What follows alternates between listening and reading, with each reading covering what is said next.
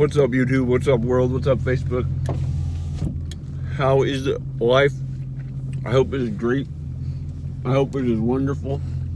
And I hope it is spectacular. Excuse me, I just got off of my hourly job. I'm eating some milk duds, so please forgive me. I'm not trying to be rude or disrespectful in any sort of way. But, I decided I'll make a video. And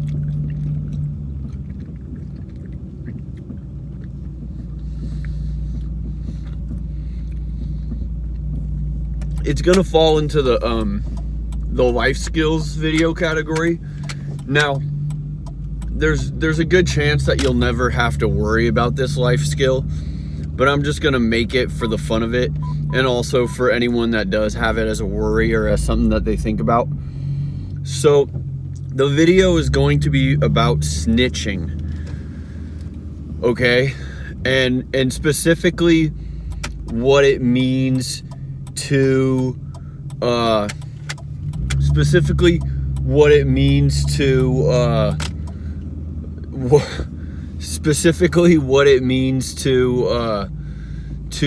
like the prison and jail system.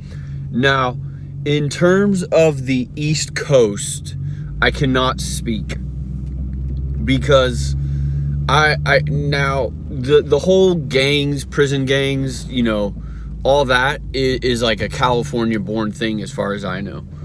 Now, I don't know how prisons are in the East Coast and the Midwest, and I'm not gonna make them sound better or worse. I know that federal prison is different, and as far as I know, the surrounding states of California are heavily influenced by California's prison politics, meaning that a lot of they model themselves, the inmates and the guards model themselves after the system that was built by the inmates and the guards in the CDCR. And for what it's worth, since it's up for conversation, what I hear, see now, in the California prison system, which is the only one I've actually been in attendance of, and this is via 2014 and 15, so I don't know, in politics, like heavy politics have been relatively the same since the 60s and 70s, when stuff like the MA and, you know, the Aryan Brotherhood and you know, the black different Bloods and Crips and whatever, that all that kind of stuff has pretty much been the same since the 60s and the 70s. And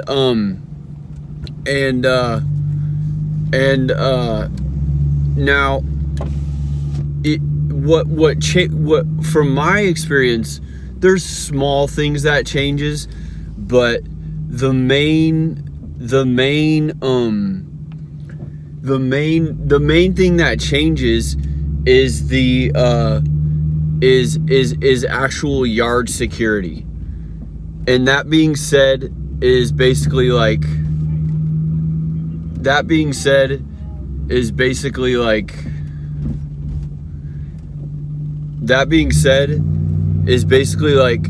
not yard security, sorry, I'm dealing with some idiots on the road right now. At least this car is an idiot. That being said, basically means like at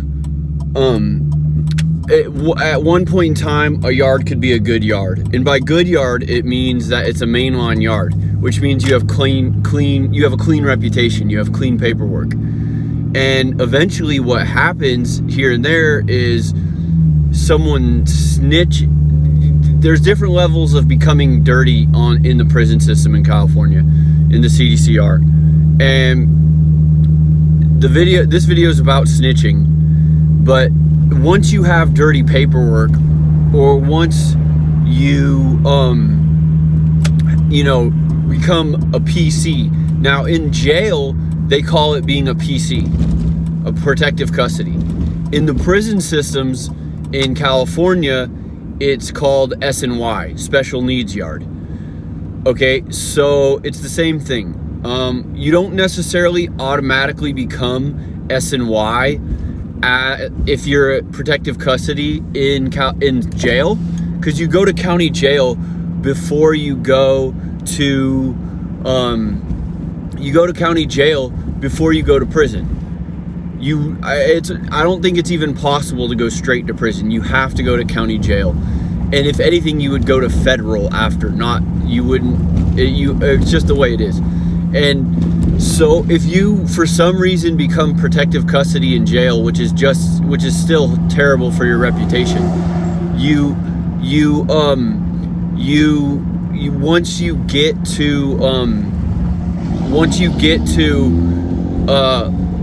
get to the prison system, as soon as you hit the front gate, you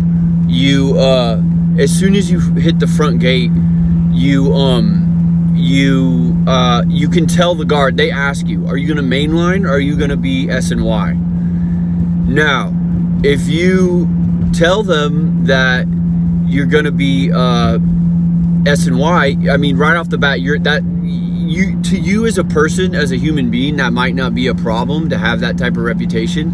But if you have any type of intentions of having a clean reputation with the gangs or with the main population, you do not, like, S&Y is snitches and child molesters and people who have the worst of, like, even the guards allow. It's a whole different world. It's not like the public where, oh, we're gonna forgive this person and we're gonna be nice and happy. And it has nothing to do with Christianity and salvation. If you have salvation in prison, there is Christians. You can run as Christian. You can be a Christian in prison and say, like, hey, I'm a Christian, that's my faith. I'm not gonna, and gangs will respect that. But if you are in a gang, that's not gonna, if you try to use your Christianity as like, oh, I'm not gonna put in work, or I'm not gonna participate in some type of activity that's for your race because of Christianity, you will be looked at as a coward and you will be punished as such. You have to say it right off the bat, like, and even that can go south. That can go badly for you. So that being said, I was a Christian before I went to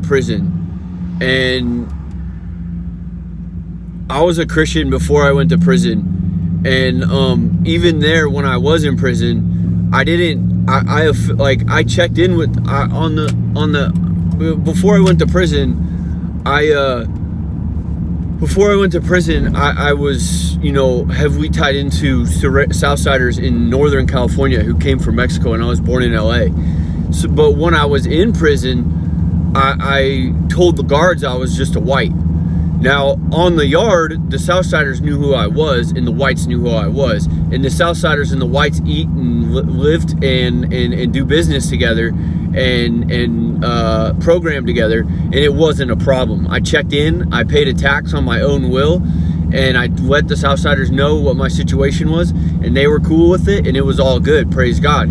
And everyone knew I was a Christian. I made rosaries for people. I was a Christian before I went to prison, during prison, and after prison.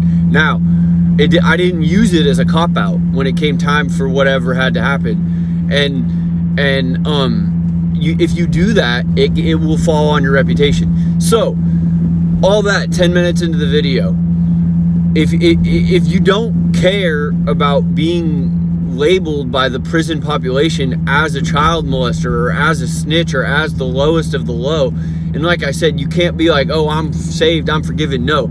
If you try to carry that into mainline, you will either be beaten, stabbed, or killed. And it's just that simple. You don't just get by. It's not like the streets. It's not like public where you just get away with stuff, where people just drive around and they are child molesters and they are, sex offenders and they are snitches. and they just get away with it, and they even trick people and fool people into thinking they're good people or they're acceptable people or whatever. It is not like that in prison. People get, don't be out on the, and that's one thing that one of the reasons why I'm making this video is actually for that reason, because I get so tired of people who have never been to prison acting. Sorry, some of these drivers are just really, really terrible drivers. They do not know how to drive, and I don't mean by means of stunt driving. I just mean by respectful driving of other people. And it's so annoying to hear people who are obsessed with witchcraft and sorcery and speaking under their breath and cursing and act and speak and know like they think they know how to check people's paperwork or run people. Like, if you haven't been to prison, I don't want to hear you talk about it. I don't want to hear you guilt trip people about it. I don't want to hear you talk about paperwork or snitching or rats or bitches or any of that. I don't want to hear you say a single word about it. I don't want to hear you think about it. I don't want to hear you talk under your breath about it. If you have not been to a mainline prison in California, do not come tell me about prison gangs and snitches and bitches and paperwork checks and all that. Because even at that point, the surrounding states were modeled after California's system. And it's like, and like I said earlier in the video, as far as I know, and I've never been to the other prisons, the prisons in the rest of the country are ones that are still having rape and where all the child molesters and all the people who are considered the filth are living amongst the normal population. So that's one, just for anyone who's still following me, I'm not attacking the rest of the country. I'm not attacking anyone. My family's from Missouri. I love the South. I love all that and this. I'm not saying any state is better than the other. I'm talking about people who have been to prison. I'm talking about the prison system. I'm not talking about the guards. I'm not talking about the COs or the lieutenants or the stormtroopers who come in with their black skull patches and their lightning bolts, and they come and whoop everybody's butt and use tear gas grenades and come in and let you know what time it is, or get into it with the prison population. I'm talking about people who have actually been to prison, and I'm talking about, in this case, the prisoners, because there's people who go to once you get into prison, there's people who are there that you would think are the coolest, nicest person around, and they're prisoners. And then there's people who are there that you know that even on the streets you wouldn't want to deal with them, because it doesn't mean that they're snitches or they're child molesters or they're not considered. They might even be a shot caller. But you learn how to differentiate between good people and bad people. And when I say that, I mean people who want to steal and take advantage of you, or people who are going to show you honor and respect. And there's a huge difference. And not everyone who's on a mainline yard is someone who's honorable and respectful, and not everyone who's someone who wants to steal and take advantage of people is on a snitch yard or a child molester yard. So it's confusing. But that's part of being away from your family. That's part of being out in the wild. That's part of being so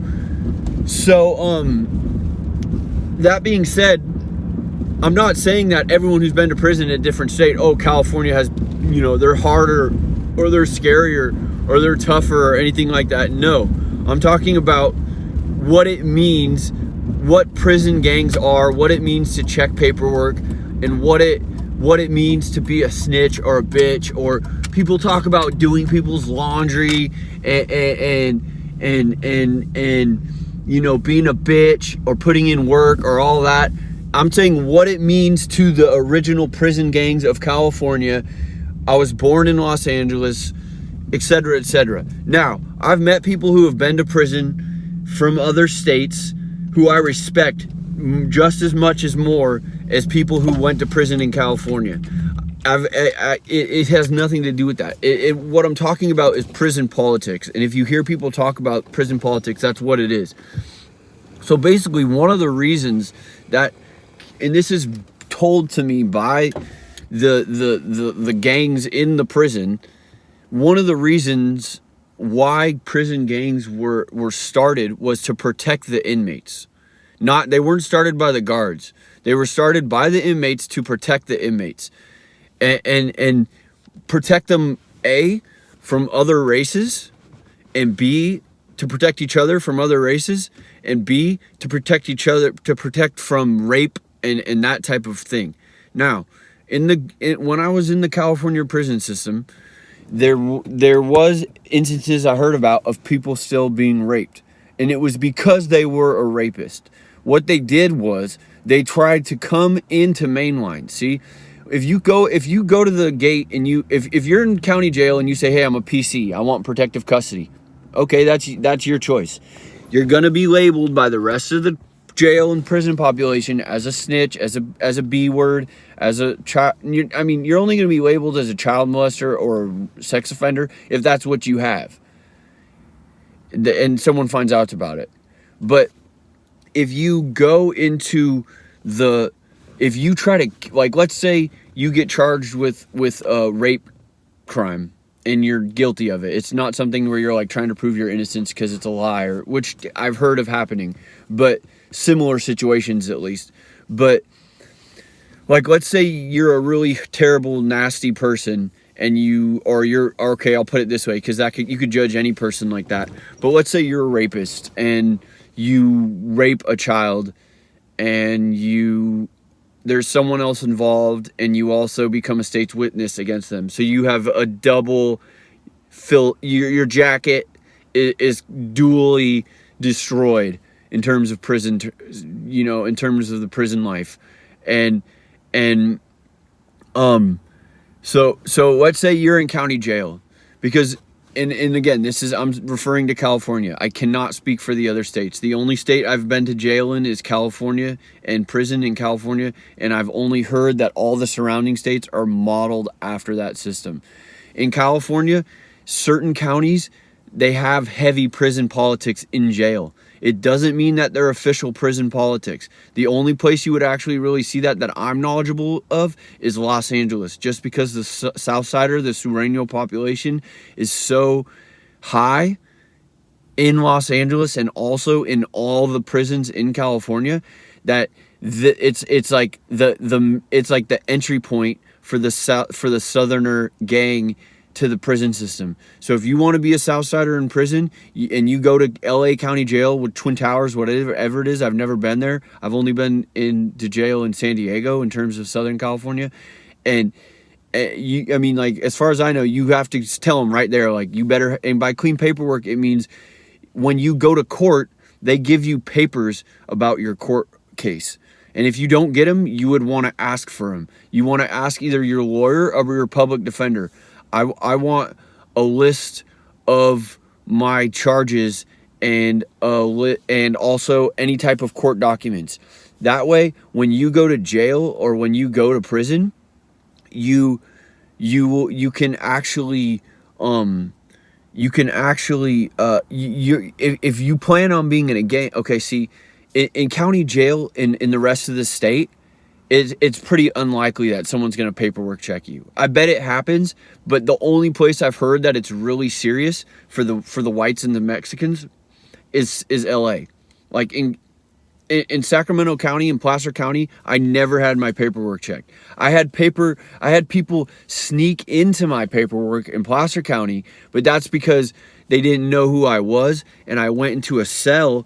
I went into a tank where there was a lot of people, a lot of Northsiders, and they wanted to make sure that I wasn't a snitch.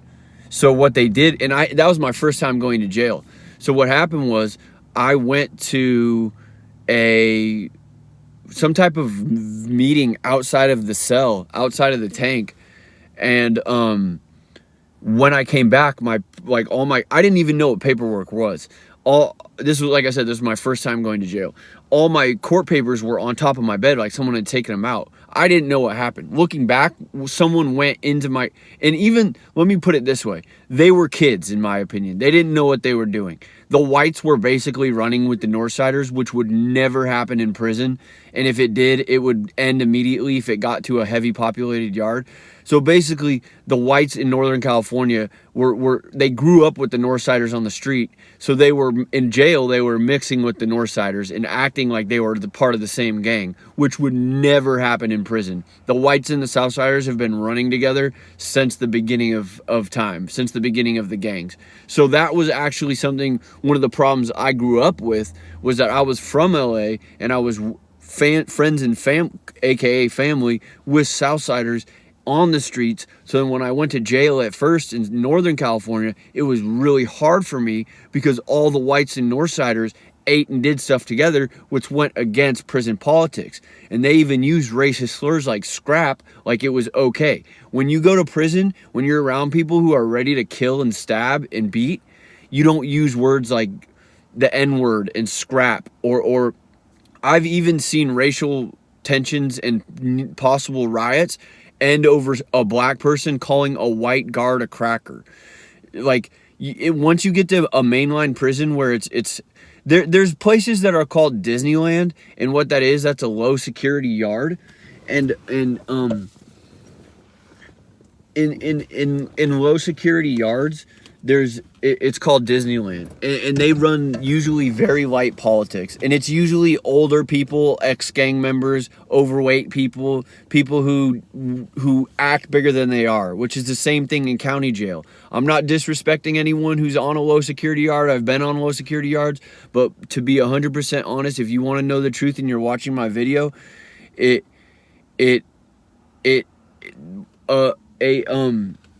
a low security yard.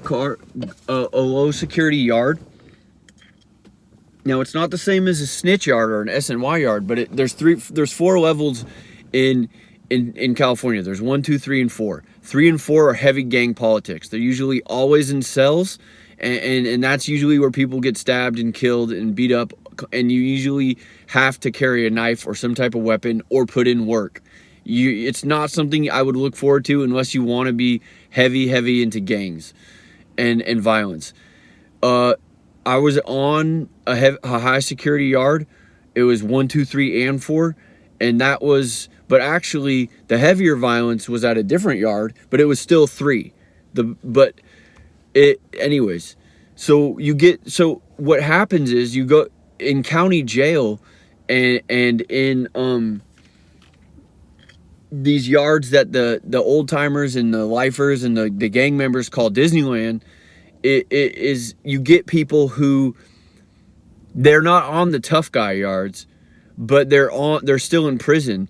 So it's the same. It's more of an ego battle. So you get people who are looking to take advantage of people who either don't know anything or easily, or are nice people or good people, and then you got these chubby dingleberry type of guys who want to act like the tough guys because they're in prison, but they're in the yards where it's just a big dorm and everyone's screwing off and stealing and talking shit, talking trash, excuse my language,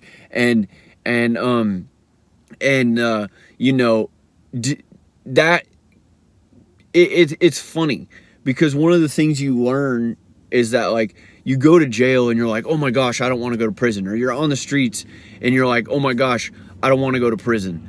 But then once you're in jail is actually worse than prison, in my opinion. Because jail is filled with people, at least in California, who want to bark.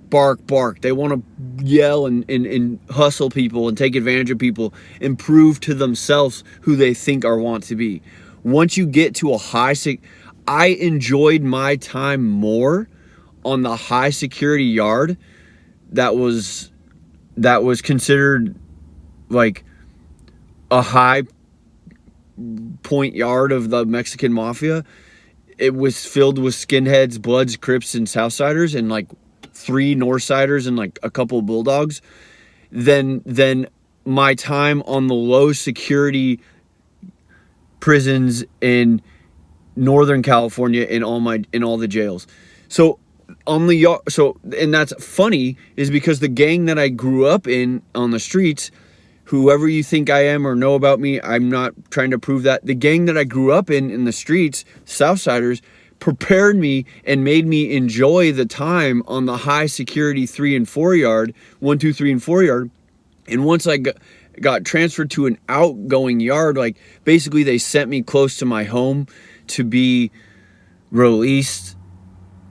Like they let me do the last 3 months of my time in a prison close to my home, or close to my release address, and that was in Northern California, and it was a 2 yard. So I went from a 1, 2, 3, and 4 mixed yard with, heavy gang politics. The minute you get there, your race slides you a rule sheet under the door. You've got to be awake during the daytime. You can't sleep during the day, because in case of a riot or in case of anything happening, this isn't the guards' rules. This is the gang's rules. This is the skinheads and the Southerners, and then the blacks have their own politics. Blacks are known for not running heavy politics. They do it. They keep to themselves. The only thing that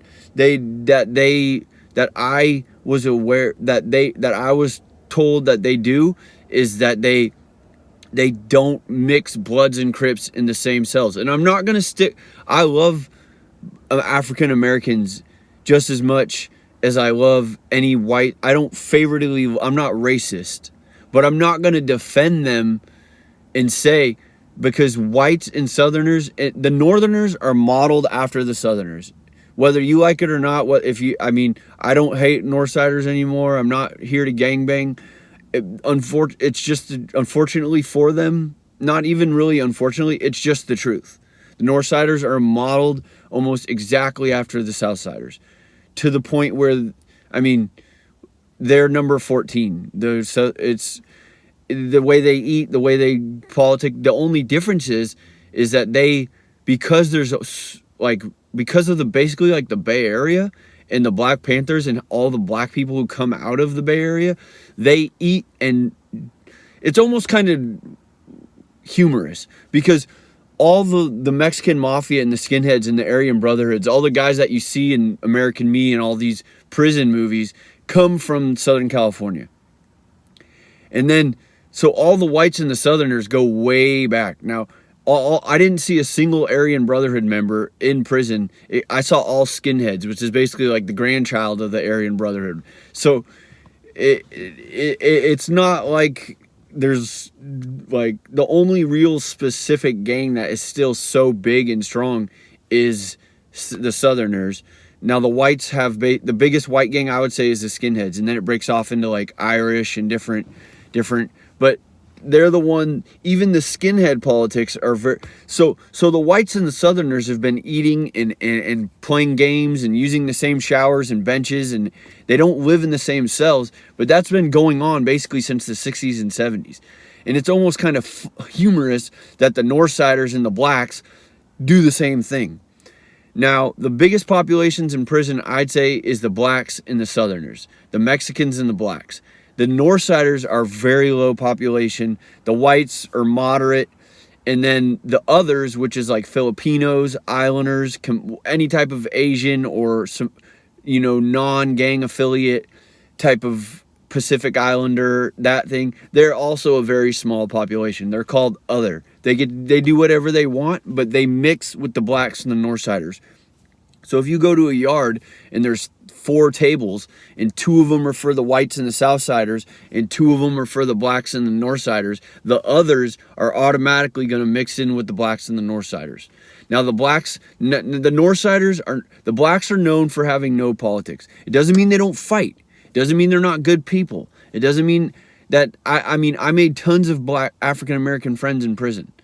Now, there was times where I had to draw the line, and I had to step in with my race and say, oh, I can't. And I wasn't allowed to. I could have done it, but it would have resulted in a discipline or violence coming towards me. You don't take open items from blacks. There's certain things you don't do. But the way that I saw black politics is like, it's similar to the streets. It might have something to do with how fresh their race was taken from Africa. It's like every man for himself. Now, like I said, the Bloods and the Crips do not mix cells when I was in prison. They might now, I don't know. But when I was there, they didn't sleep in the same cell. They'll end up fighting each other in the same cell. They'll start saying blood and cuz, and they'll hate that about each other, that one of them called the other blood and cuz, and they'll start fighting in the middle of the night or when they live too close. Now, once they're out of their cells, they play sports together. You could barely tell the difference unless one of them starts saying blood or cuz to each other. But that being said, the difference between whites and Southerners and blacks, the whites and the Southerners, and now the Northsiders they're such a small gang in prison, but they're almost exactly like the Southerners. So just, if you want to imagine Northsiders and how they operate and how they act in prison, just imagine like Southerners, but like on a mini scale.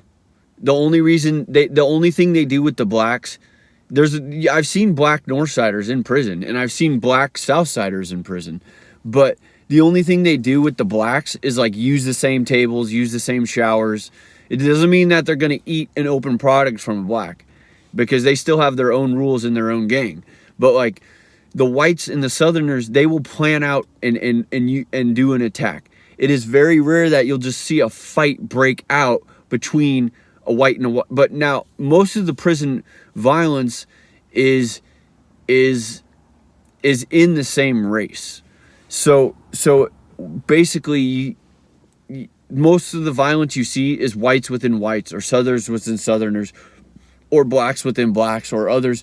You know, I didn't see a single black and white and like I didn't see the only issue I saw arise was when a white guard made a very, very insulting comment to a black person in the middle of the night while he was doing bed checks. He said, "Hey, are you sleeping as well as your victims right now, or as the families of your victims?" or something like that. And what the black person did was say, "You stupid cracker," something along those lines. The skinheads, now I understand why the black person said that. I would have been I was insulted almost equally as much as by this guard as he was. But me not being a member of the skinhead gang, and the skinheads heard him say this, they brought it up to the shot callers. This was at a high security yard. The skinheads, not on my behalf, but I was affiliated with white, so I had to be a part of the issue. The skinheads brought it up to the blacks shot callers. They said, "Hey, we don't care what the guard said. He yelled out of his cell, 'You cracker.'" And they weren't okay with it. They said, "You either get him to apologize, or we're going to start a race riot."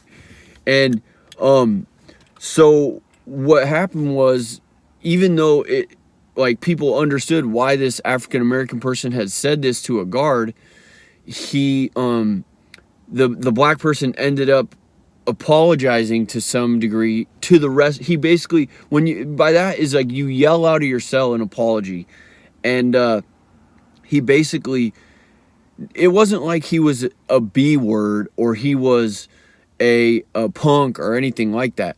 He was confronted by his race. Now, he could have refused to do it.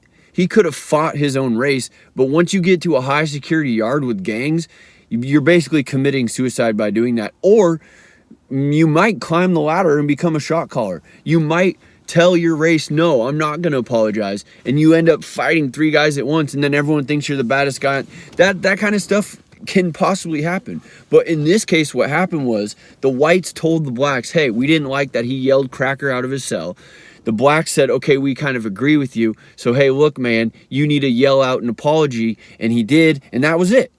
That was it. That was the closest thing I saw to any type of racial tension. And you hear so much more on the streets, people talk and worry about racial riots and race riots and this, that. I saw and heard and witnessed. By witnessed, I mean being on the yard at the same time. I didn't watch the person be murdered. I saw and witnessed stabbings, beatings, killings, drug deals, people putting needles into their necks for drugs. How they got needles onto the yard to do drugs, I have no idea. All within the same races. Mexican on Mexican, numerous times within a year and a half. Countless number of fights, one killing, I think 2 or 3 stabbings, all within the same races. Tons of fistfights with. Now, see the difference of the black politics. The whites and the Southerners and the Northsiders, it's organized. It's planned out. It's like a government system with 2 or 3 people who are hired or selected to do it, and then it's planned out the time and this, that, and the other. Whereas with blacks, it's the knife combat is more like if someone is really, from my perspective, a white person, it's like a black person on the streets, they really want to kill this person. It isn't like their gang said da da da. Usually what I witnessed, and I'm not speaking for them, what I witnessed with the blacks is that it's like they'll all of a sudden just bump heads and start fist fighting. Just like it's very similar to on the streets, where it's like everyone will just be acting normal, and all of a sudden these two guys will like basically shoulder check each other, and they'll just have a fist fight on the yard. Whereas whites, you will get in trouble for fighting amongst your own race if it's not planned out, unless like you want to go on some wild adventure to be yourself or whatever and just start fighting everybody, which people have done. But the people that I saw do that got beat up and put into snitch yard or into protective custody, or got moved to a different yard where they probably learned that they were going to stop doing that unless they want to keep getting beat up. Because eventually, it's like fighting the police almost. You can choose to do it if you want to, but the police aren't going to run out of police cars or guns or backup. You might so then but the main focus of this video was snitching and what that means. So all that being said, what and one of the reasons why I'm making this video is because, like I said, I get so sick and tired of hearing in my mind from people cursing or speaking under their breath or worry witching or sorcery, or actually verbally talking about it, who have never been to prison. Either talking about people being bitches, either talking about people being snitches, or trying to figure out or doing spiritual paperwork checks or whatever it is. I get around people who have never been to prison, and they get off on trying to dig dirt on people who and trying to figure out, oh, is this person a bitch? Was this person ever a bitch before? Was this person a snitch before? Was this person was this person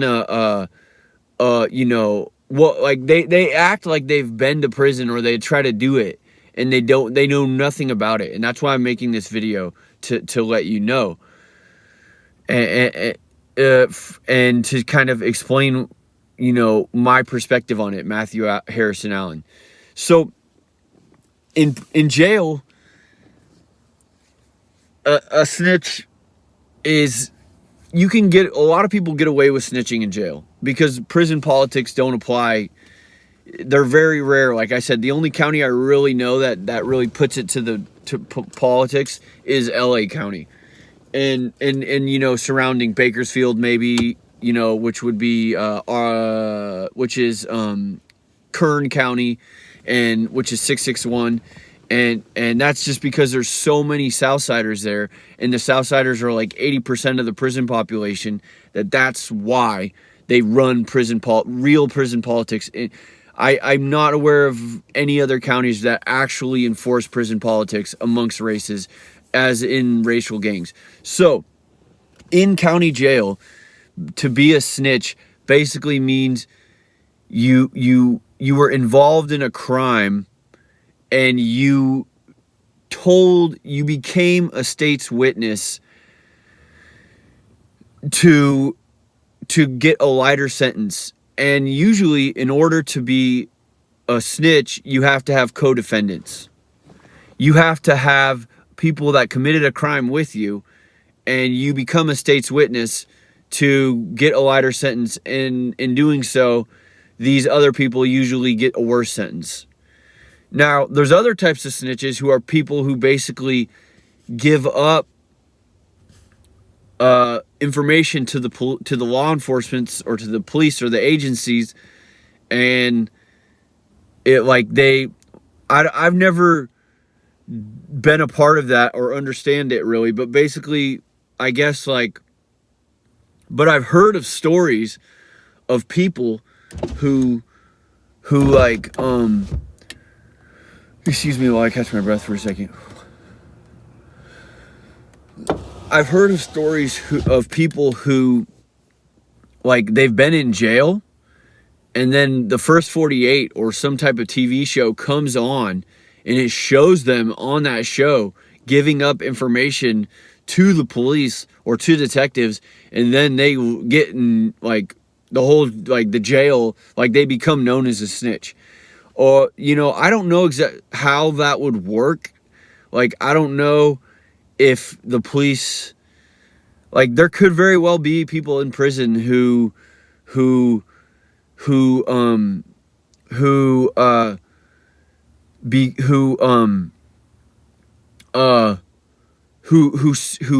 gave up. And I've also heard of people in prison who go behind closed doors and give up valuable information to the guards or to the law enforcement, which is snitching, but get away with it. Now, how someone would get caught for that type of snitching, I don't know.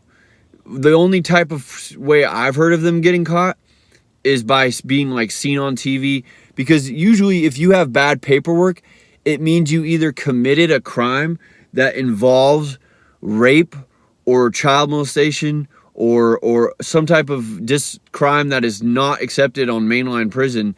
And then when the gangs come to you and say, hey, we want to see your paperwork.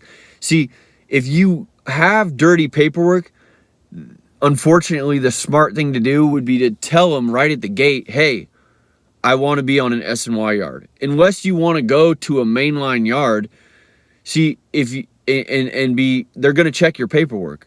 And if you refuse to give them paperwork or you don't produce paperwork, they're gonna take action into their own hands, because that shows that's an issue there. And so what happens is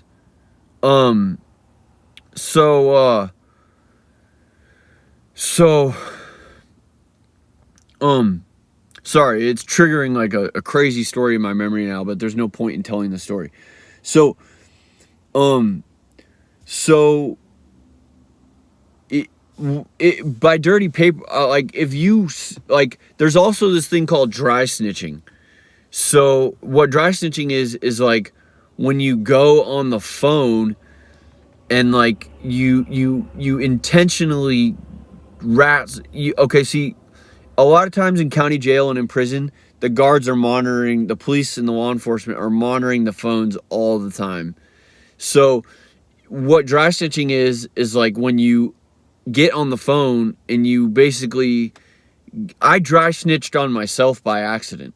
When I was in county jail, one county only recognized 3 of my crimes, and I unintentionally went on the phone and mentioned this to someone else, and the next day, the county brought up the charges and charged me with them. So they could have been trying to do me a favor and not give me that much time, and then I looked like an idiot and brought it up to the part of the jail who was monitoring the phones, and then the part of the jail who was monitoring the phones brought it up to DA, who was probably trying to help me. So I basically, the only time I dry snitched was on myself, which is hilarious, and it caused me absolutely no problems, because but that was my first time in jail, and if I would have known anything, I would have shut my mouth, and I wouldn't have called my best friend and been like, hey, the county isn't bringing up one of my charges. But instead I got on the phone and I was like, oh, hey, bro, guess what? One of my charges isn't in being charged to me. How cool is that? And then the next day they called me out of my dorm and they said, Alan, here's this charge we forgot to lay on you. but the evidence and the documents are here, blah, blah, blah. So, joke's on me. That's how you learn in jail and in prison, to keep your mouth shut and mind your own business. That's not the same as not being prepared. So if you're in county jail and you know you're going to prison, you want to have your paperwork with you.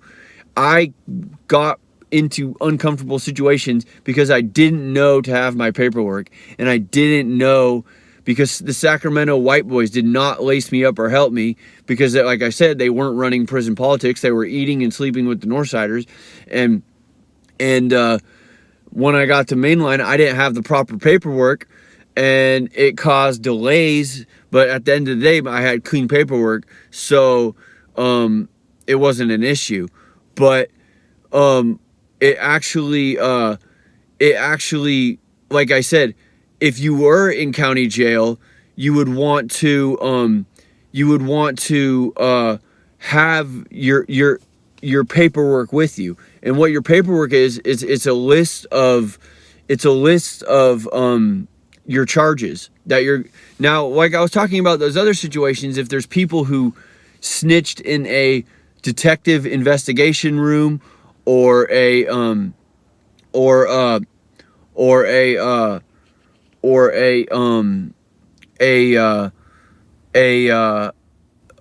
like gave up information that was unrelated to your case, as far as I don't know how those people would be caught, but I've heard of it, situations like that happening. But in terms of actually being labeled as a snitch by a gang or by your race, and having to go to a different yard with snitches and child molesters, and what it is usually in the crime that you committed, there's actually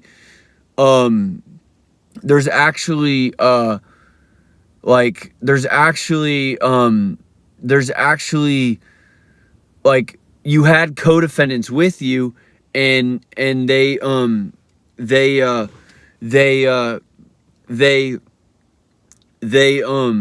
you snitch, you turn state's witness against them in your own interest, and so that is on paperwork.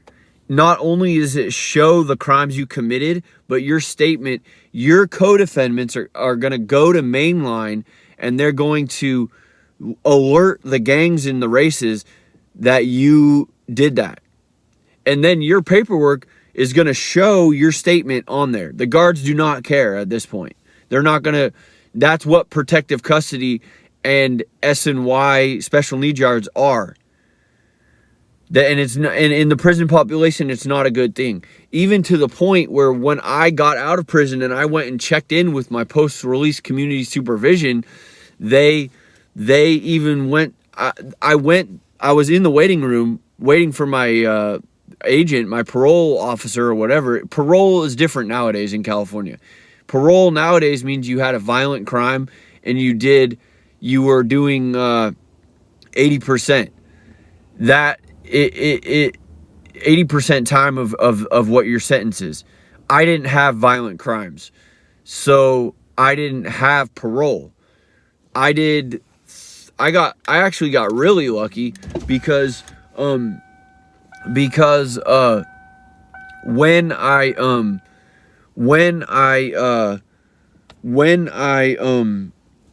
was while I was serving time, they created a program where if you're doing 50% time and you qualify, you can get third time. They were basically getting a lot of people out early because of the laws changing with drugs. And I forgot what it was called. It wasn't AB 109, but but basically if you have some type of violent crime that involved someone else being hurt or injured seriously, not vehicular accidental type stuff, but like GBI, great bodily injury, or like assault or that type of stuff, murder, you will do 80% to most of your time.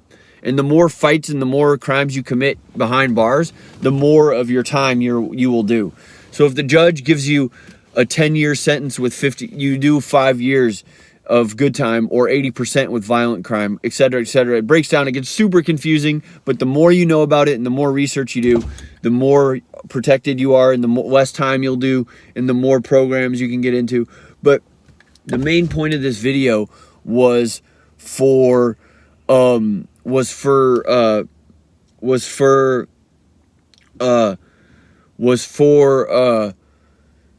to explain snitching from the perspective of someone. Now, on the streets, in terms of all the crimes I was ever what would be called a victim of or participate. Okay, now obviously any crimes that I ever participated in by the standard of the United States of America, I would have never called the police on myself or anyone else that was involved. That's hilarious. I'm not a cop hater. I'm not a police hater by any means, but I didn't grow up as a police boy. If anything, I was a military. I wasn't a military brat, but all the men in my family above me were in the military, besides one uncle.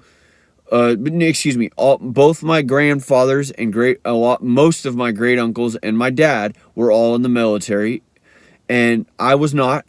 But if I was raised anything, it was by my dad, which was heavy, like boot camp style. And the funny thing about it is that the Sureños were birthed by like the Navy running around LA beating up Mexicans for wearing clothes. Pachuco, which is the Pachuco Zoot Suit riots, is when the Navy were running the streets and beating up all these Mexicans. And it's hilarious because I, as a teenager, started hanging out and becoming affiliated with Southsiders, and my family came from LA, but my family is white and in the Navy, so it's almost like a big joke. But I was not in the military, and I was not, living on bases or anything like that, nor was I like a police affiliate or anything like that.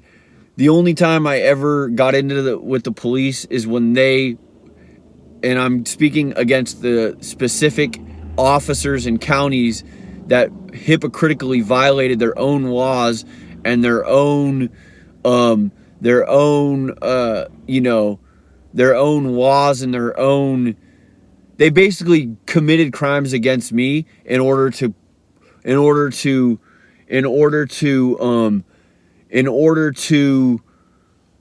basically committed crimes against me in order to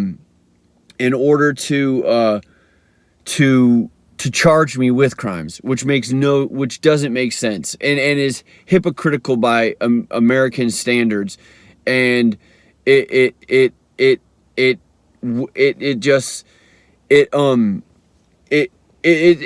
like you can't be a police officer, or you can't. It corrupts the idea. I mean, you can, but it defeats the idea of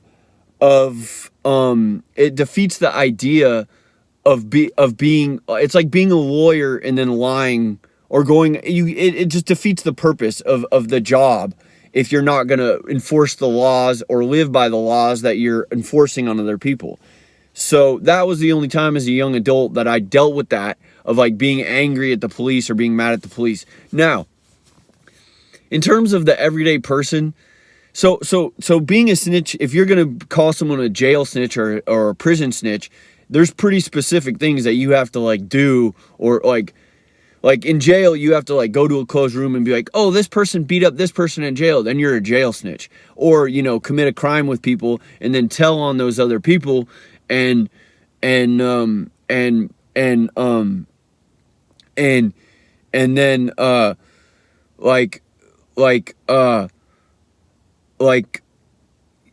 get on paperwork that you were part of that crime and then told on them, and that's what that is. Then that is considering being a snitch. You could also be labeled as a snitch if for some reason, like if something was happening and you like told the person, like let's say someone came onto the yard that had dirty paperwork, and for some reason now if you were doing it for a just cause or an honorable cause, that could because the crazy thing about gangs in prison is they listen to your perspective and they listen to your stories. And I saw more corrupt and unjust things happen in jail and on the low security yards than on the high security yards. I saw, like, for example, when I first got to prison, there was a shot caller or you know, someone who had the keys to the yard, and he was telling the new younger whites who came onto the yard that it was standard operation for them to give up their juices so the shot caller could cook wine. He said, "Hey, that's what the white boys do. You give up your juice because when you cook wine, the juice is really valuable because of the sugar it has. So you use the juice as a fuel for the wine that you're cooking." So what he was doing was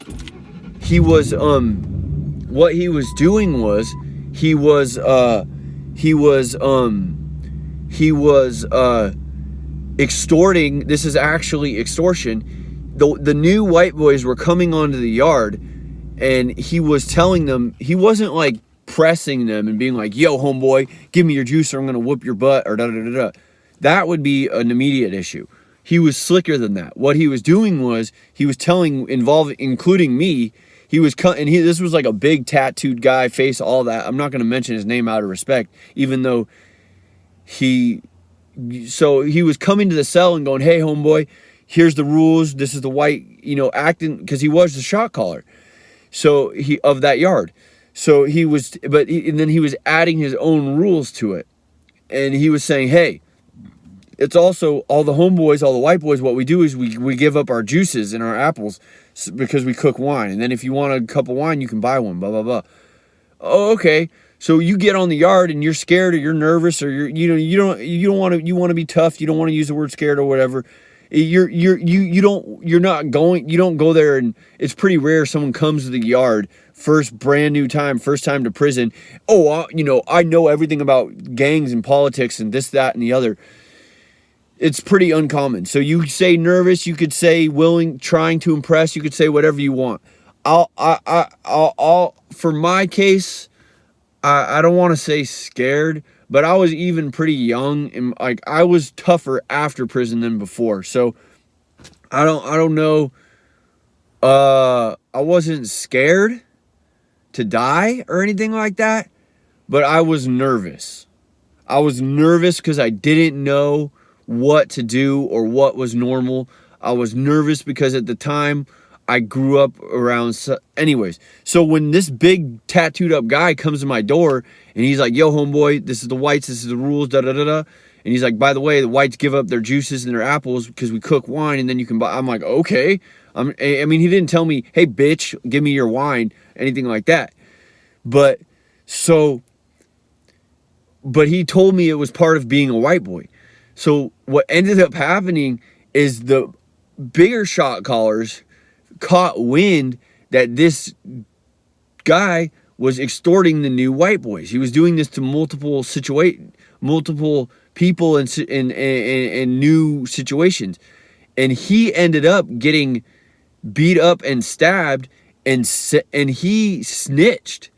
So this guy was extorting new white boys, making the skinhead prison, even though we weren't skinheads, they were running that yard, and making the skinheads look like extortionists, which they are not, in the upper levels, and he got DP'd. Like, we weren't aware this was not standard. It was not standard for us to be giving up our juices and our apples so this guy could cook wine and be drunk all the time. He told us, "Hey, this is what the white boys do. This is what the woodpile does. You give up your juice and your wine, and then if you want to buy wine, we can give out wine. We can sell wine." And then the shot callers above him found out that he was extorting the new people, and he got, like I said, he got beat up and stabbed, and then he snitched, and he ended up being on a snitch yard. So the toughest guy on the yard at the time in our own race got beat up and stabbed for what he was doing. That's how it works. It's not like what you... Now, that isn't the same as like the system and the belief that if someone openly calls you a name, you're expected to be dealt to deal with it. That's a whole different world of you don't need to think about that. And but in terms of snitching, that's how quick it can change. You can be fresh on a yard and and and be like confronted by the toughest, biggest shot caller on the yard. And then that same guy can get stabbed and beat up and be a snitch the next day. And then the next day, there can be a new shot caller who's like the coolest, nicest football player, jock of. And don't get me wrong, I'm just saying, like, you know, that cool, nice jock in high school who's like friends with everybody and was like built and like people didn't mess with him and like he was still a tough guy, but he wasn't like a bully. Like that is like how quick a shot caller can change. Now, remember I was saying, neither the guy who was the bully was not originally on the snitch yard. And he wasn't even really a bully. He just was lying and using rules that he wasn't supposed to use, and that made him a bully. And he ended up on a snitch yard. But you could still be in a yard with like, but the better shot callers, obviously, and the higher up shot callers are not those type of people. So higher up prison yards with like the MA and like skinheads and like Aryan Brotherhood and like the big boy, big timer yards are not those type of people from my experience that I was there. They're those type of people are in the low security yards and in the jails, and they're preying on people to take advantage of that. And the whole point of prison gangs is to protect the races that are the gangs make from those type of people and from rapists who mix in. That's why they don't mix in California prisons and the surrounding states that I was told those states are modeled after. So for all those people who talk about, oh, snitching or bitch on the streets, like, they know, if you haven't been to prison, don't stop, like, do me a favor and do everyone else, do yourself a favor, because you don't have a right to talk about that or act like you know what that is or what that's about. And because if you're trying, so like, in terms of like calling, like, it being that's what a snitch is in prison. It's now, my own opinion, if you're in the, like, people trip out about that. They get caught up in their head. And like, there's been times where I have called the police. Now, as a young adult, I was not by the gang members that I grew up with. I was not told never call the police.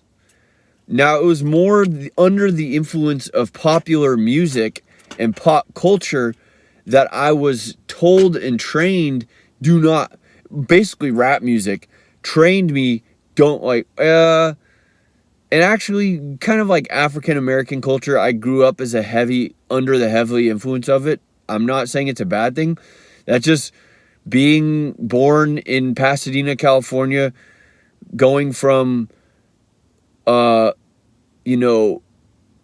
school where I have a picture of me in third grade with like all black friends, and then moving up to like an all white area in Northern California, and then growing up not even really understanding that and just loving rap music and also loving like kind of the gang culture and all that. Now, don't be fooled. Anyone can make a rap song. Anyone can say, yo, I keep it street, I don't call the police. It doesn't mean a thing. Anyone can talk, anyone can make a rap song, anyone can do that. Now, like I said, anytime that okay, I take that back. That's not the case. I'll explain to the times that I called the police. There was one time when I was with a woman. She was my girlfriend, and we had apartments next to each other. I fell asleep I fell asleep in her apartment. Like, we were having sex, we were calling each other man, and like, we were serious. It wasn't like I was taking care of her kids, but she was a meth addict, and she was possibly also practicing prostitution. I was so young, I didn't know. I was 21, she was 31 or 32 or 33 or even maybe 41. I don't know. But I was so young, I had never been to jail. The only type of violence I had been around was on the streets with gangs and with street violence. And she had already been to prison for fraud, and she was a grown woman who was addicted to meth on welfare and possibly practicing prostitution. And I was naive and young and good-hearted.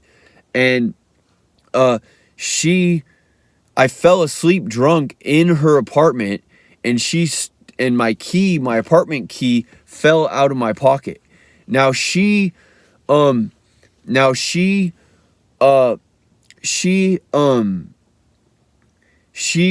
a hold. She was, like I said, she was a meth addict and a thief, and she was not any type of good woman to me. So she got a hold of my key. She went up to my apartment when I wasn't there, and she stole my toolbox. She stole my social security card. She screwed up my credit. I'm still as far as I know, I'm still dealing with problems because of what she did with my credit. She stole my car stereo, my extra car stereo.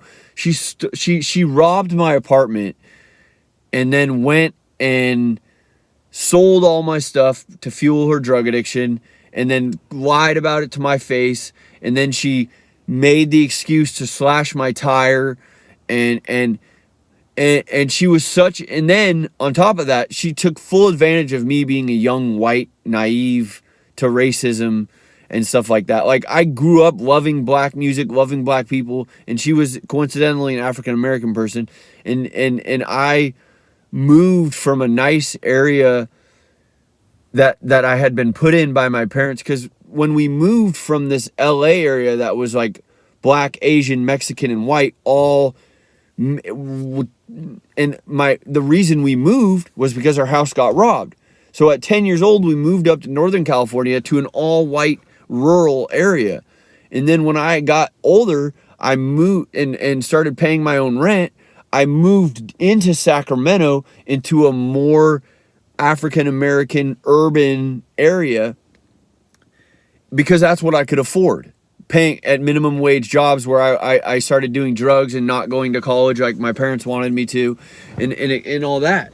So I actually basically put myself back into the type of area, not that race. I'm not saying race had anything to do with it. If anything, you would blame American history and gentrification. But the truth of the matter is that I went from the area my parents had moved me out of and put myself back into that area due to my choices of drugs and schooling.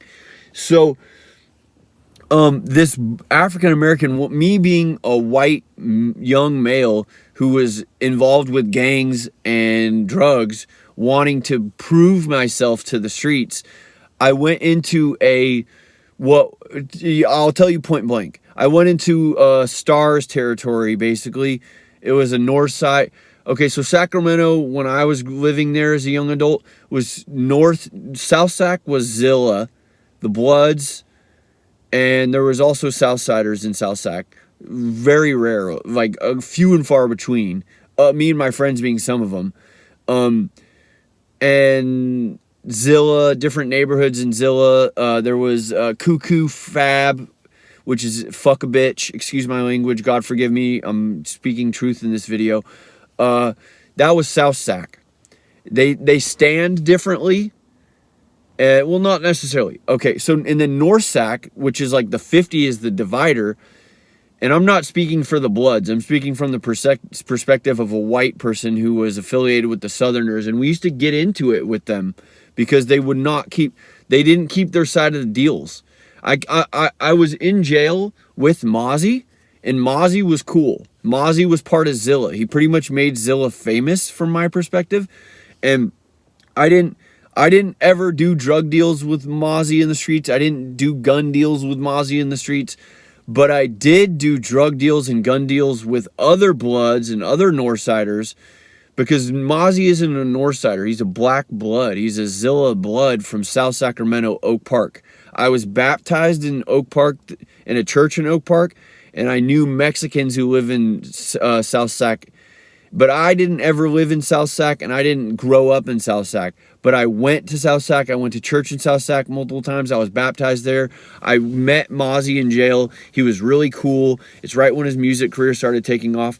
But when I was on the streets and actually, you know, doing drug deals and gun deals and being a, you know, quote unquote gang member and all that kind of stuff, we as Southsiders and the small circle that we had of being like 5 or 6 people of that were actually, no, I take that back. Way more than that. Probably like that I actually knew face to face, probably like 15 or 20. But like there is other neighborhoods in South Sacramento and more now, way more now, upstate Sureños. But we all of the encounters that I had with Bloods and with Northsiders were almost always bad. They on numerous occasions, they stole drugs. They didn't give the money they were supposed to. I was raised to always be respectful, keep your word, and do what you say you're going to do. They hated, at the time, they hated Southsiders. They considered all of us scraps. They considered us unwanted in Northern California. They use it as an excuse to rob us, to steal from us. They, at one time, I mean, the stories go on and on. At one time, they were supposed to be selling me a Glock 9mm with an extended magazine, and I was gonna give them $300, and I was gonna give them $300 and $300 and $300 and an ounce, no, $300 and like an amount of weed or something like that. And so what happened was I met, and these were youngsters. This was right around Chief Keef started getting famous. So like shooting and True Religion and all that was like big. It went from like Jabos, and I'm speaking from my perspective and my opinion. It went from like in Sacramento, the Bay Area was what was popular. Hyphy, Mac Dre, Mr. Fab, you know, Stupid Doo-Doo Dumb. If you don't know what that is, Google it, figure it out. That's what was popular in Sacramento. Sacramento was like the little brother to the Bay Area and all that Bay Area music. The Jacka, Filthy Rich, Lavish D, I think was actually from Sacramento. But anyways, so then Chief Keef got famous, and all of a sudden everyone was a shooter. Everyone was a killer and a gunner and a drill music. So this is my perspective and my opinion. So all these youngsters, not necessarily, Mozzie is older than me, but in my opinion, Mozzie was still a product, because before Mozzie was Mozzie, he was Lil Tim. I'm not speaking for him. I'm not trying to make him look bad, but I saw pictures of Mozzie before he was Mozzie, and he was wearing Jabos in Oak Park, and he was Lil Tim. Now, I don't know what his rap style was. I'm not saying he doesn't deserve to be a famous. He's Mozzie, more power to him. When I was face to face with him, he was a cool guy. He kind of made fun of me. He called me Clay Aiken because of my hair. I don't hate him for it, but you know, black people are kind of notorious for like making fun of people and, you know, like cracking jokes at people. And in an all black jail, or I'm not gonna like fight it wasn't something I was gonna like fight them over. But Sacramento was like the little brother to like the Bay Area and like Mac Dre and the Fizz movement and Hyphy and all that. And then all of a sudden Chief Keef in Chicago got famous with True Religion, and Atlanta with shooters and Chicago with drill music. And all of a sudden all the black people were they weren't just, you know, drug dealers and gangsters. They were shooters. They were killers all of a sudden. And all of a sudden this movement came over America of being a shooter, and I really think the music video that did it was Chief Keef Don't Like, and then mixed with Gucci Man and Waka Flocka from Atlanta and all the shooters and all that, it just took over rap music. So all of a sudden, But you got to understand, the people who were the gangsters in my role models were Southsiders. They've been shooting and killing each other for decades. So, and same with black people, but like the music is what was influencing the black people more, whereas gang culture with sureños had been consistent throughout. I'm not saying one is more gangster than the next, not by any means. Anyone can aim a gun and kill someone. I'm saying in Sacramento, what was popular, whether you were blood or not, was the hyphy and the fizz and the, you know, and all that. And then after this Chicago and Atlanta music came up, because there's lots of Bloods in Atlanta too, everyone was a shooter and a killer. So it's like everyone was buying and selling guns and like running missions and taking pictures with guns and wearing True Religion all of a sudden. And so I was brought up by like Southsiders from Mexico who like had possibly killed people in Mexico and come to America. So like that was already, murder and gunplay was already part of the culture for us. Then all of a sudden there's these youngsters who these black African American Bloods and Northsiders who all of a sudden are killers and shooters in their minds because of this pop culture. They're offering to sell me, who's like, I'm in the mix of it because I wasn't born in Mexico. I'm not a killer from Mexico.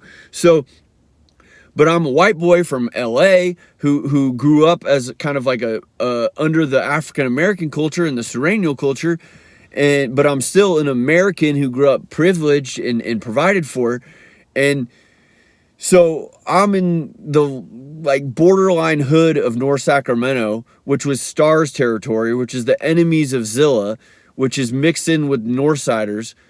They're very friendly with the Northsiders because North Sacramento is like North Highlands and they're like heavy North Side. Like if you were gonna say like East LA for Northsiders is like North Highlands, Sacramento. And or like Redwood City in the Bay Area. And like so here I am, this white boy who has a whopping like 6 Sureño friends that were all like, you know, throw it up with pride. But we were not always together. We're not always in the same car. I ride alone most of the time. I'd have to call people and have them be with me. But I still want to be a part of this culture. And I still want to be, I want to buy and sell guns and buy and sell drugs. So I had multiple times where Bloods, you know, I had numerous times where Northsiders who I should have been smart enough not to do business with stole from me, lied to me, didn't give me the drugs they were promised. I had black people from Detroit steal guns, sell me guns and then rob my apartment but leave the guns they sold me, just to prove to me that it wasn't them, but it was obviously them. That's the woman I was telling you about. She got my key, and most of this was because I was white. It's just the way it is. It's just the way it was, not the way it is. It doesn't happen to me anymore. I didn't know God. I didn't have God. I didn't have a relationship with God like I do today. And I was naive and stupid, and my eyes were bigger than my stomach. And like I said, I still have, now in terms of the youngsters in South Sac, like Cuckoo Fab and Zilla or whatever, I still have love for them. The older people who robbed me, like who are basically like, even the guy I was telling you about from Detroit, the guy who was the same age as me and sold me a gun that didn't work and then robbed my apartment and claimed it wasn't him. I still have love for him just because of his history and his situation. Does it excuse his stealing? No. I forgive him. And would I ever allow him to possibly do it again or contemplate that it's okay that he did it? No. But him as his soul, as him as a person, I forgive him. The youngsters in Sacramento who are supposed to sell me a Glock 9 and sold me a drill in a backpack in the heat of a school zone, which is hilarious. But does it excuse the fact that they stole and lied to me? No. Do I forgive them? To some degree, yes. Because they're young. But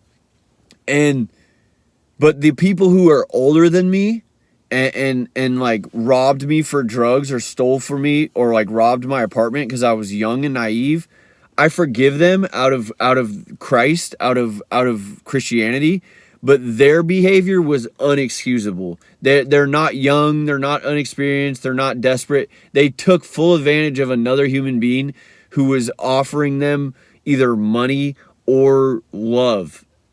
So, like I was saying, that what I was talking about, the situations where I called the police, one of them was where this woman that was supposed to be my girlfriend and I was taking care of her kids, and I was 10 years younger than her, and she had already been to prison.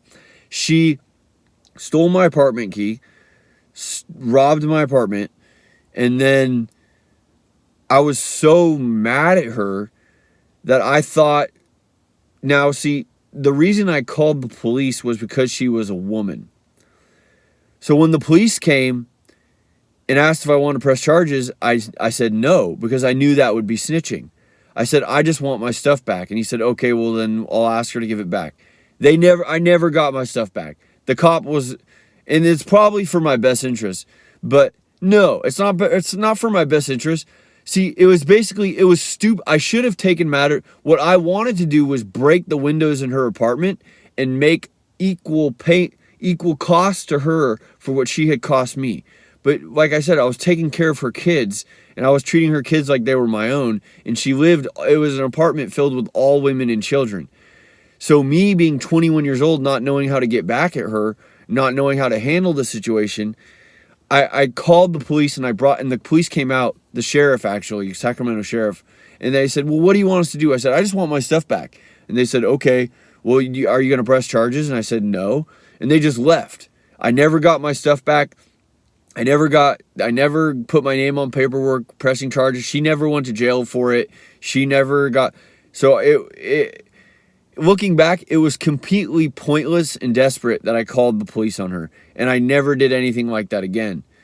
And the other 2 times that I called the police, one of them was in Sacramento. My ex-wife and she was insane and domestically violent and suicidal. She told me to take her car in order to get away from our apartment so we could stop the fighting. And we fought so bad in our apartment that we both agreed I should take her car and get away from the apartment for the day so we could both cool off. And she called the police and reported her car stolen. That's how insane and deceptive she was. And I called the police and asked them if it was okay for me to come home without being arrested. And it was a mix of and there was another time where she falsified a police report and took pictures of my jewelry. She took my jewelry, she pressed it into her own face. Excuse me. And then she reported these pictures to the police. The police believed her like the idiots they were because of them as human beings, not because they were police, and tried to arrest me as and I'm not trying to restir old grudges. I'm not trying to, but in that circumstance, in that situation, the police believed a lying, insane, suicidal, violently domestic woman who easily could have done years in prison if I would have pressed charges against her. And what she did was she took my jewelry while I was in the shower, pressed them against her face and bruised her own face, and then took pictures of it and reported to the police that I had pressed her face against my chest while I was wearing my jewelry. And the police believed her. And then I had to later that day call the police. This was actually, she reported her car stolen, or this might have been 2 different occasions, but I had to call the police and basically say, hey, look, this woman is insane and I'm married to her and I have to fight these battles because of my religion with her. And is it okay for me to safely return to my own home without being arrested? And then they told me yes.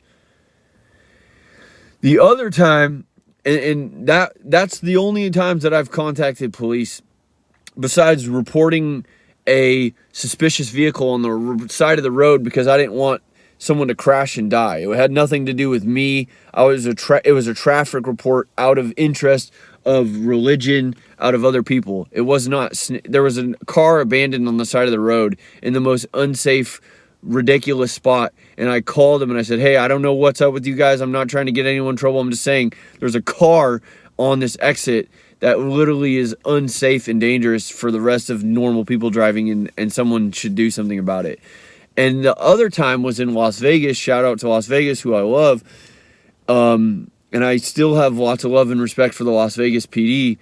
And it was because I was living it with a landlord. And this landlord, to the best of my knowledge, I don't want to talk trash and I don't want to gossip, but he's a piece of trash. He's a lowlife.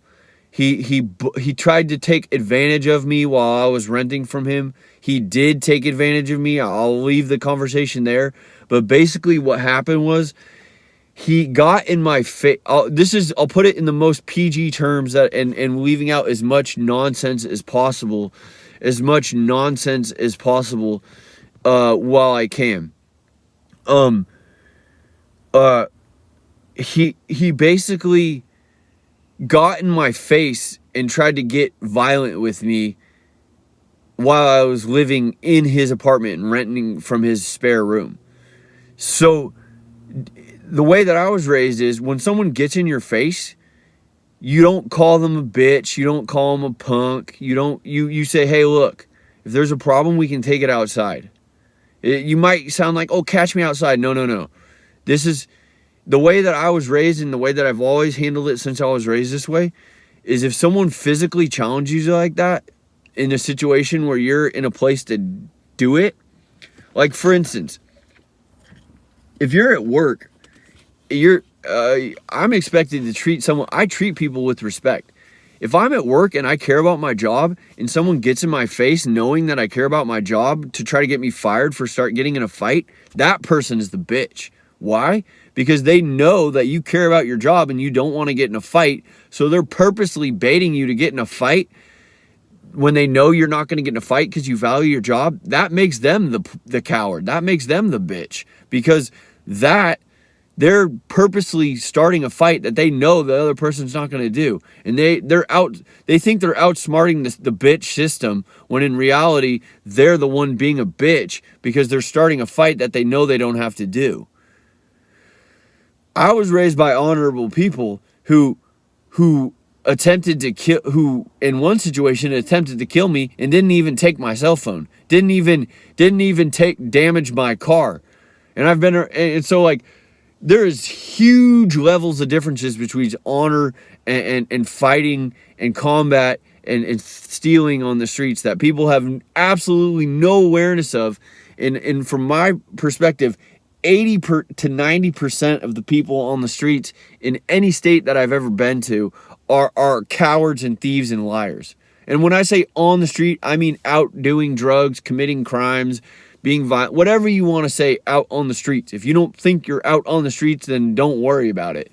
But so the reason I called the police was because this landlord, he got violent with me, and I told them, look, dude, we can go outside and fight if you want to fight. I told him to this for the last month that I lived there.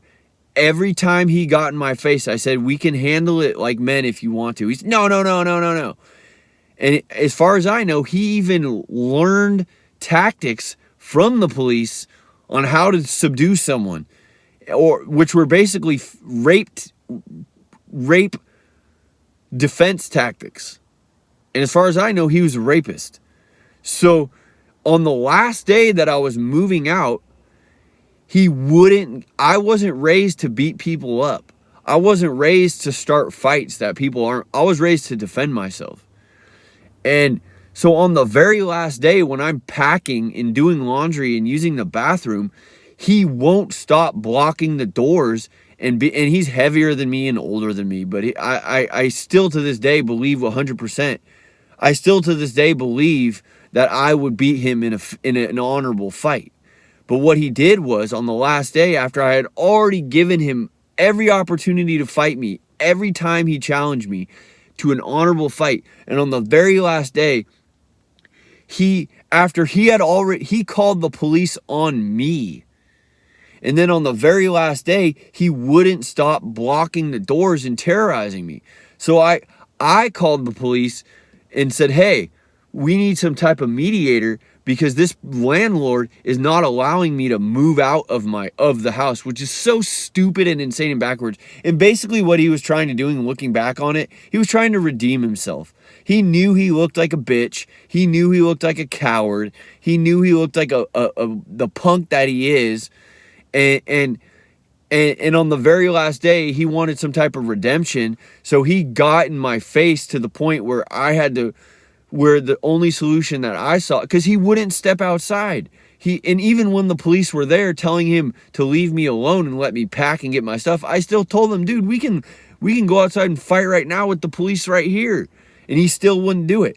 But when me recovering from a stab wound a year before and half my body is weak, and when no one else is around, he runs down the hallway, kicks me in my nuts or my groin or whatever you want to call it, pokes me in my eyes and breaks my glasses, and then jumps on me when he has heavier body weight and starts hitting me from behind, which is out of the 30 plus fights I've been in my entire life. I've been stabbed. I've been around gunplay. I've fought the police. I've been in so many gang fights and street fights that I don't even keep count of them. I've been jumped more times than I can count. I got fights in jail.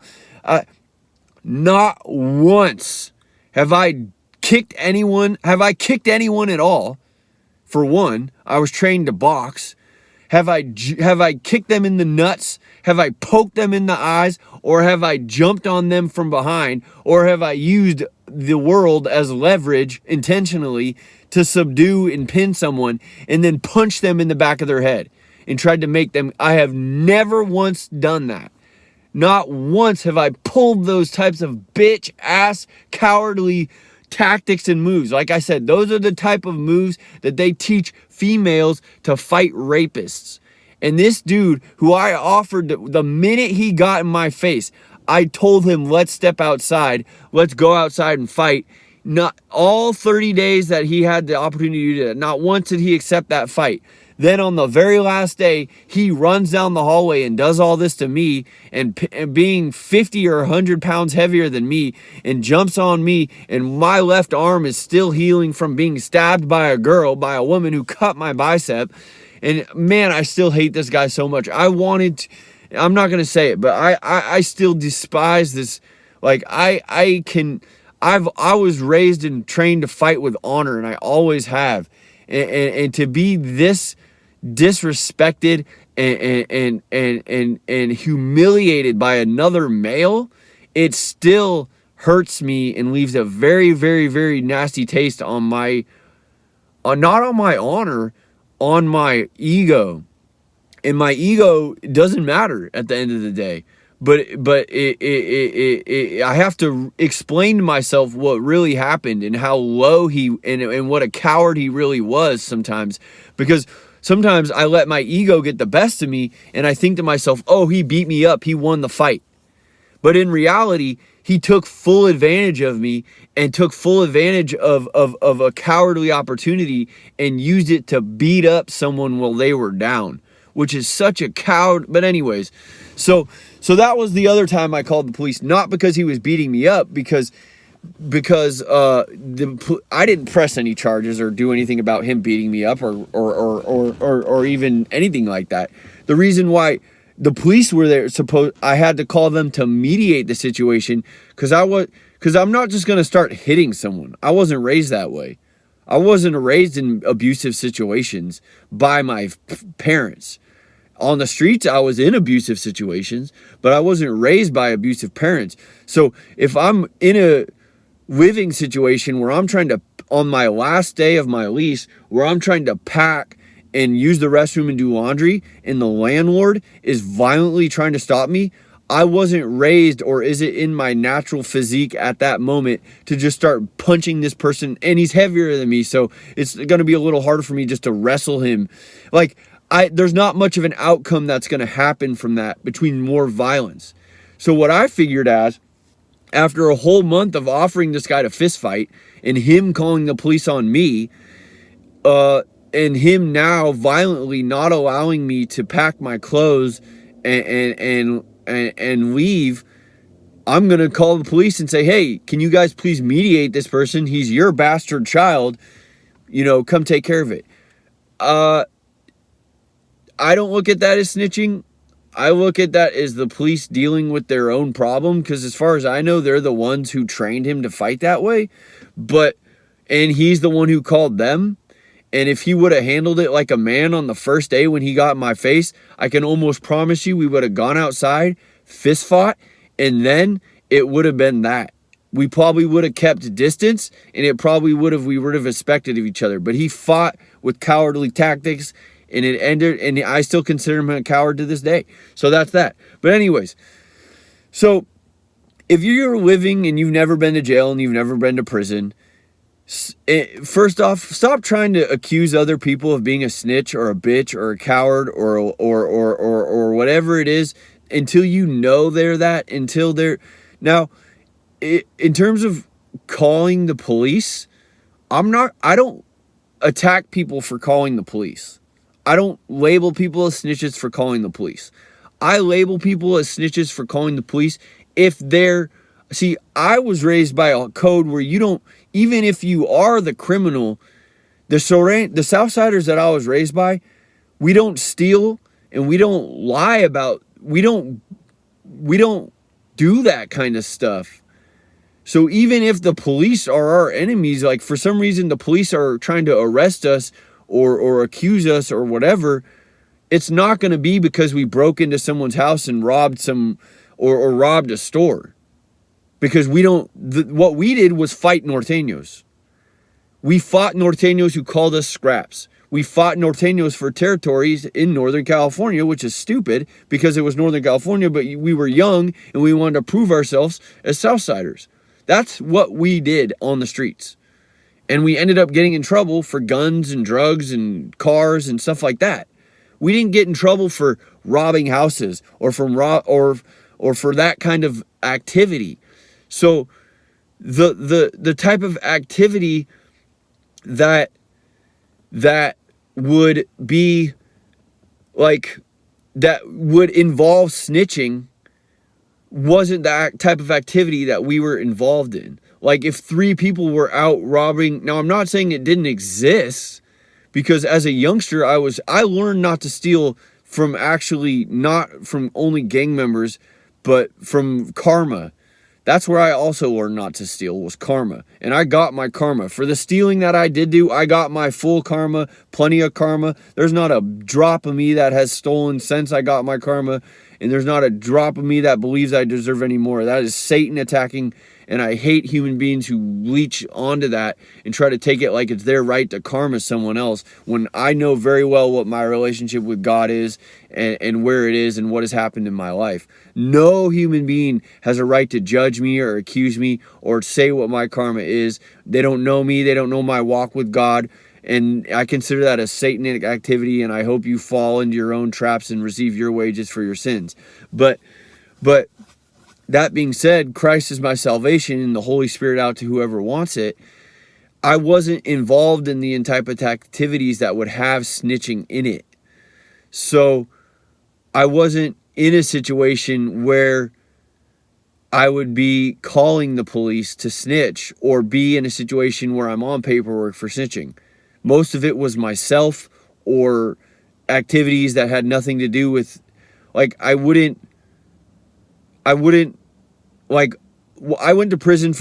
to jail for gun charges, which they were legally owned to me. And then I went to prison for DUIs. How am I going to snitch on someone for a DUI? When I'm the one who got in trouble? And as I told you, I dry snitched on myself in jail.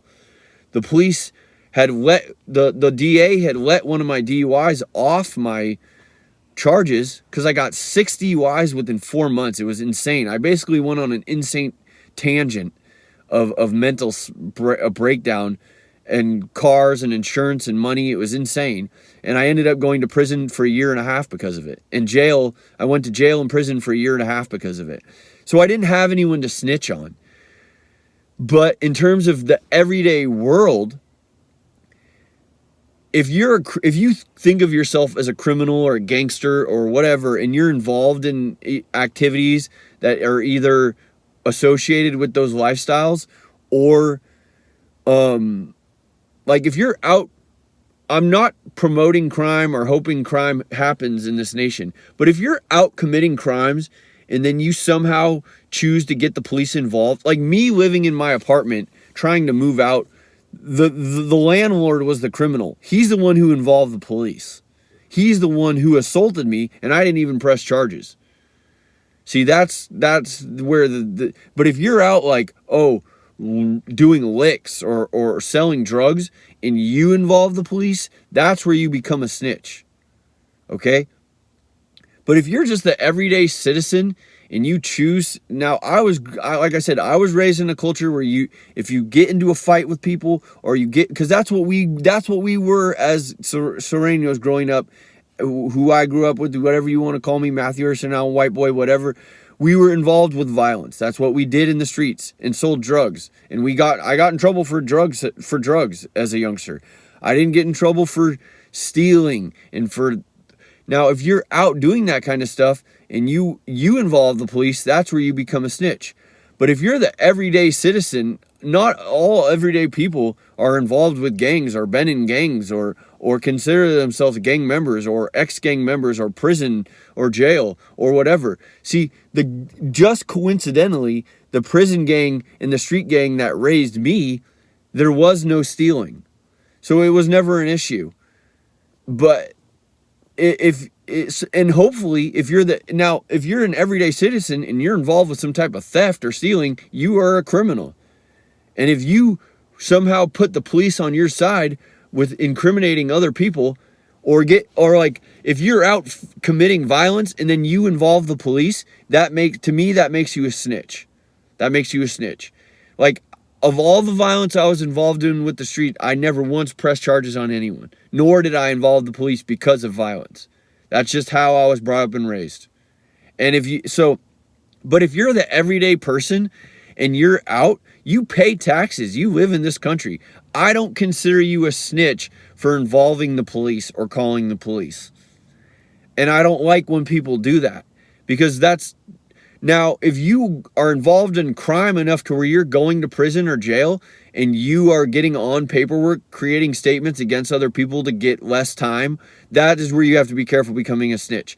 But being a person in the United States who's never been to prison or never been to jail, and you choose to exercise your privilege of having the police as a resource, now, taking advantage of that is a whole nother story, but I don't consider that snitching. That's using what our system has as the United States. Now, as long as the police are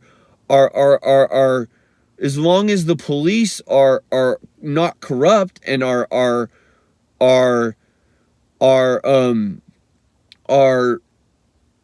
good police, it's not an issue. That's what they're designed, that's what they're paid to do. I know who I grew up around, and I know what my expectations and rules are. If you see a crime that you are afraid to address yourself, or you don't want, or you don't know what to do, that's like what the police. You're not going to see me in a situation where you don't know what to do, unless it's fighting with people over something that I believe is honorable by God's decision, by God's blessing on my life. At which point I've had the police called on me before, but I've never had the police want to arrest me except with the lying ex-wife, which is a whole nother chapter of my life. But there's been numerous times where, like, I get into a fight at a gas station or at a store and people are like, we want to call the cops. I've never had the cops come track me down or come chase me because of a fight that I was in that I believed I was honorable. There was only one time, and I was young, and I got jumped by Northsiders at a McDonald's, and I was still really like lightheaded. And after I got jumped, a sheriff came up because someone else called the police, and he was like, hey, what happened?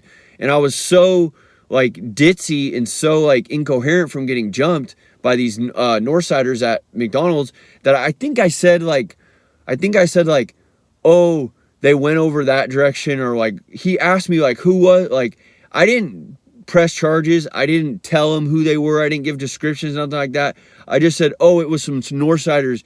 I responded to a sheriff in a car and he drove away. To all of my knowledge, no one, like, it was literally minutes after being jumped, and he was like, oh, you know, was it some, I don't remember, but I knew what was expected. Like, I guess looking back, the 100% thing would have been like, I don't know who it was. I don't know. And I might have even said something like that. I don't remember. But the point is, I responded to this guy in his car, but I didn't, you know, ask him to charge them or fine them. I just said, oh, I think I said, oh, it was some punk kids or something like that. And he just drove off. He knew it was over. He knew it was done. He probably even knew it was gang related, because at the time there was a lot of young kids coming up in this like rural area who are involved with gangs. It was because there's a large Hispanic population, not Bloods or Crips. It was Southsiders and Northsiders. And so, and I was young too. And that was of numerous occasions I was jumped by Northsiders. And so, but I didn't call him. It was other people. I didn't give a statement. I didn't sit there and talk with him and tell him what he should do or nothing like that. He came up and he approached me with respect, and he's like, hey, are you okay? What happened? And I think I was like, oh, some punk kids jumped me. And he's like, well, you want to do anything? I'm like, no, it's fine. And he's like, okay. And, you know, he drove off, and he knew. Police usually know if someone's not trying to push a statement, someone's not trying to do that, they're not going to push the issue on that person.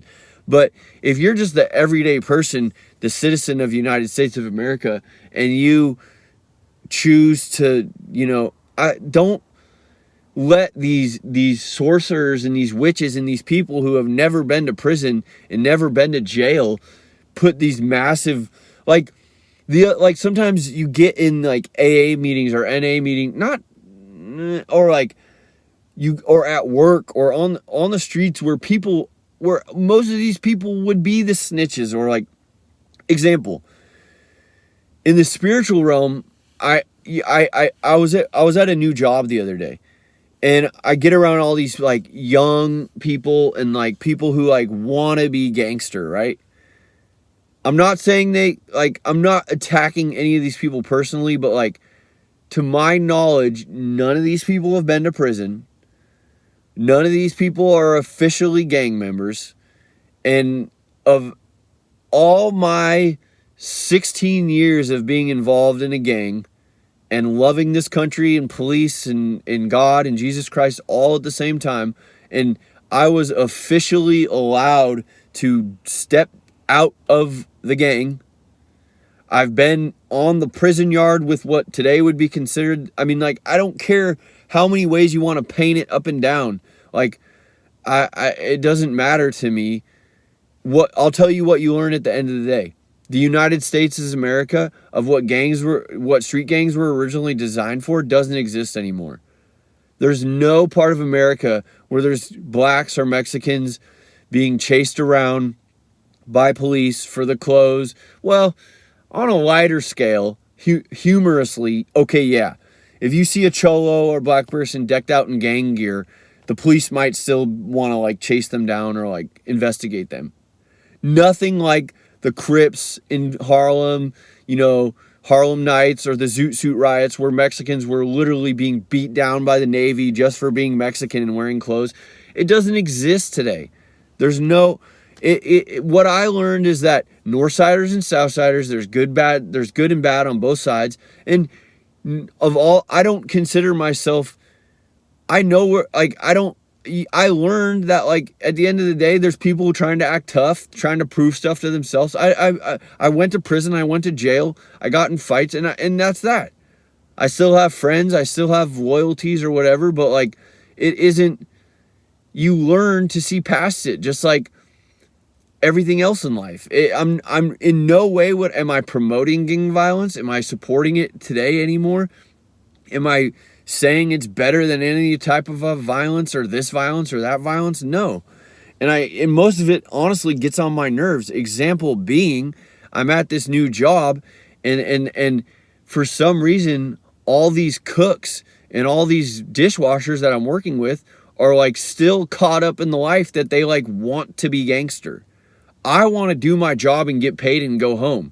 Meanwhile, all these other guys who I'm guessing haven't been to prison and probably aren't official gang members by whatever that means anyways, because gangs are made up. So like I'm officially Jim Job Jube Job because I just made that up. So right now I'm the only official Jim Job Jube Job, and that makes me the official shot caller and the official it's whatever. I'm Matthew Harrison Allen, a child of God at the end of the day, right? And the United States of America decided to give me a social security number and an ID and all that. So, and I coincidentally had a prison number too. And so, I'm with all these guys. It's like, this is like that county jail prison situation I'm describing to you. At the lower levels is where you get in these ego battles and these people trying to prove themselves, and everyone's talking under their breath, trying to make each other a bitch, trying to make each other who's the snitch, who's the bitch, and it's like, shut the fuck up and do your fucking job and mind your own business. God damn it. Jesus Christ, excuse my language, but it's so annoying and stupid. All these males and even females, these witches and sorcerers, humans, Christians, whatever, they've never been to prison. They've never been to jail, or if they have, they're still caught up in the jail system mentality. And if they have gone to prison, they aren't proving anything to me or anyone else of the killers and murderers and lifers that I lived with, that no doubt have took someone's life, that no doubt are official verified gang, validated gang members of original prison gangs, and they're sitting there working these above couple dollars over minimum wage jobs, sitting there trying to figure out who's a bitch, and I'm gonna make you a bitch, and who's a snitch. It's like, shut the fuck up. Do your fucking job and mind your own business. Stop trying to fucking call people a bitch under your breath. Stop trying to fucking investigate other people's lives and mind your own fucking business. I'm willing to bet that all these people, whatever state they're in, whatever fucking city they're in, excuse my language, God forgive me please, that they're the ones who are fucking sexual criminals. They're the ones who are fucking folding under pressure, that would fucking probably cry and fold if someone did put a gun in their face and say, hey, fucking tell me what fucking happened last night, or tell me this, that, or the other. And it's so goddamn annoying to be 32 years old. And I'm saying this out of interest, out of all the good people in this nation.